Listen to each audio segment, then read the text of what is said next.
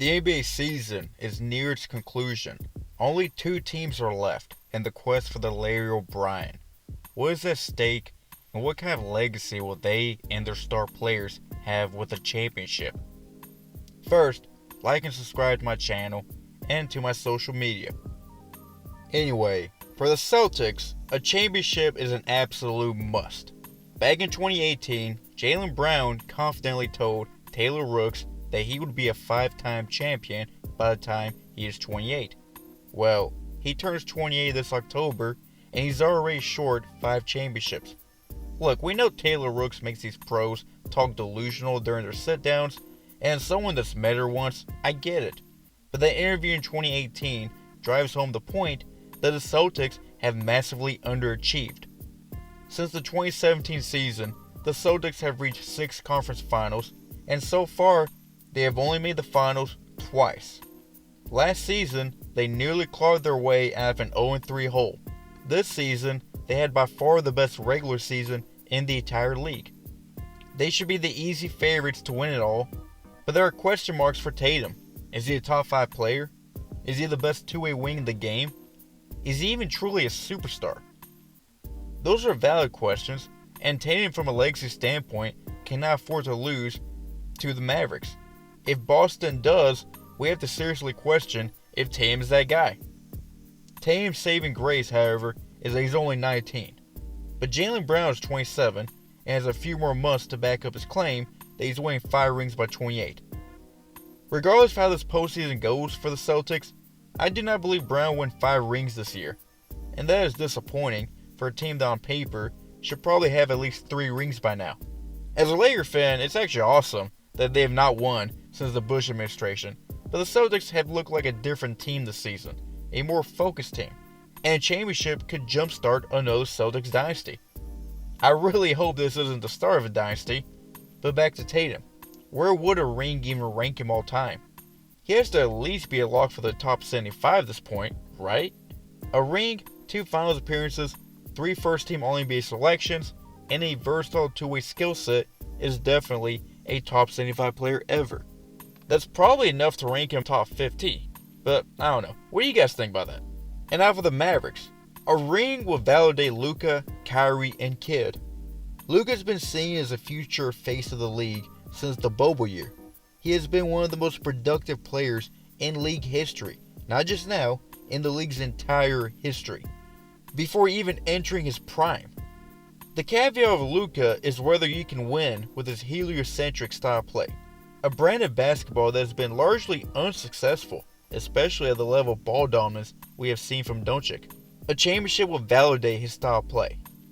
For Kyrie, a ring will prove that he did not need LeBron to be a champion, and that as a secondary scorer/playmaker, he's an ideal complement to a heliocentric player.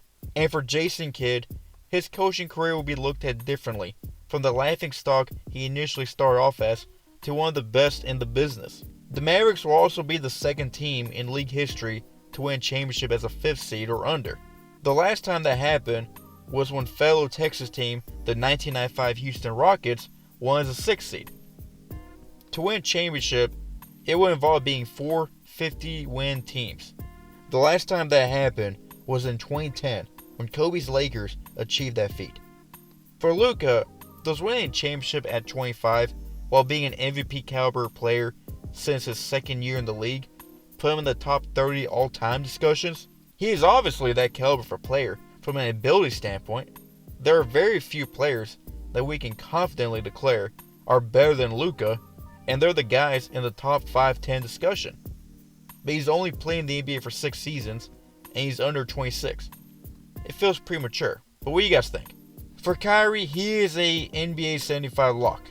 I would argue that he probably should have made the NBA 75 list when that came out, but after this season, with a second championship under his belt, you have to consider this guy a top 50 or so player ever.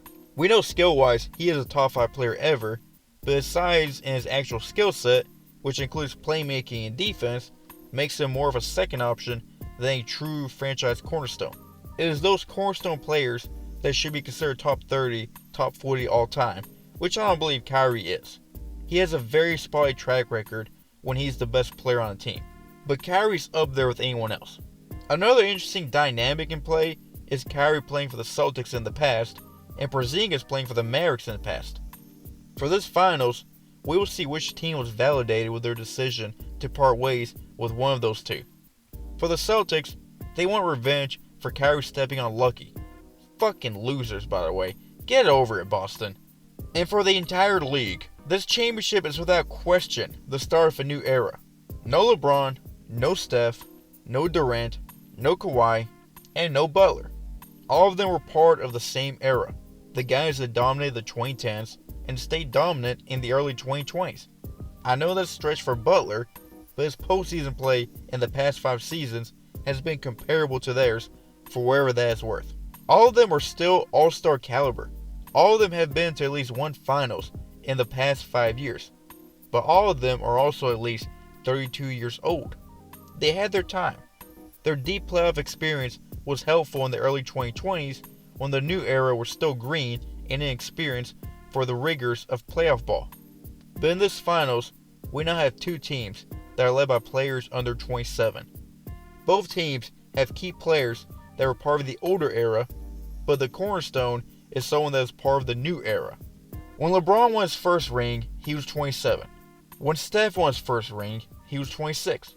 Giannis also won his first ring at 26, and unfortunately, injuries have gotten in the way of potentially adding on to it. But Giannis still has time to add a few more rings. Tatum and Luka both have a chance to win their first ring at 26 or 25, respectively, and both players are in prime position to win a few more. The competition is stiff. Jokic is still his apex, and the Nuggets will enter next season with vengeance. Giannis is still capable of winning a few more rings if the Bucks and his body can stop failing him, and Shea and the Thunder are in arguably the best position to form a dynasty. Timu Jordan can rebound from his disastrous conference finals performance as his best years are still ahead. I haven't even mentioned the Spurs and Wembanyama. Once a competent team is formed around Wemby, it's probably over for the rest of the league. So this new era needs to win as many as they can before that happens. But until then, this finals matchup might give us a glimpse on who the dominant perimeter player of their generation might be. Because right now, you have to go with Luka. He seems like the way better player, at least on offense. But if Tatum can prove that he is a true cornerstone player and that he can jumpstart a Celtics dynasty, we might be having a different conversation on who the best perimeter player, possibly even the best player of their generation is. Personally, I still think this is the Giannis and Jokic era, and as mentioned earlier, SGA might have something to say about a potential Celtics dynasty happening. Even though I am pulling for the Mavericks to win this series, the Celtics have looked like a team destined to win it all. The biggest obstacle to them winning a title this year have all been eliminated before even having the chance to face them. I also don't think they will allow a 2022 Finals repeat. The core group has been there, unlike most of the Mavericks, and they will have home court advantage. I'm expecting Boston to win 6, Tatum to win Finals MVP, and for the Celtics to never win again in the Tatum era. Okay, I'm actually expecting another ring or 2 out of them, unfortunately, but hopefully with how competitive the NBA is right now, the parity right now is insane. Another team will hopefully be the team of the 2020s instead of the Green Men. And that's it for this video. Who y'all think will win all this season? Let me know in the comments down below. Cyber out.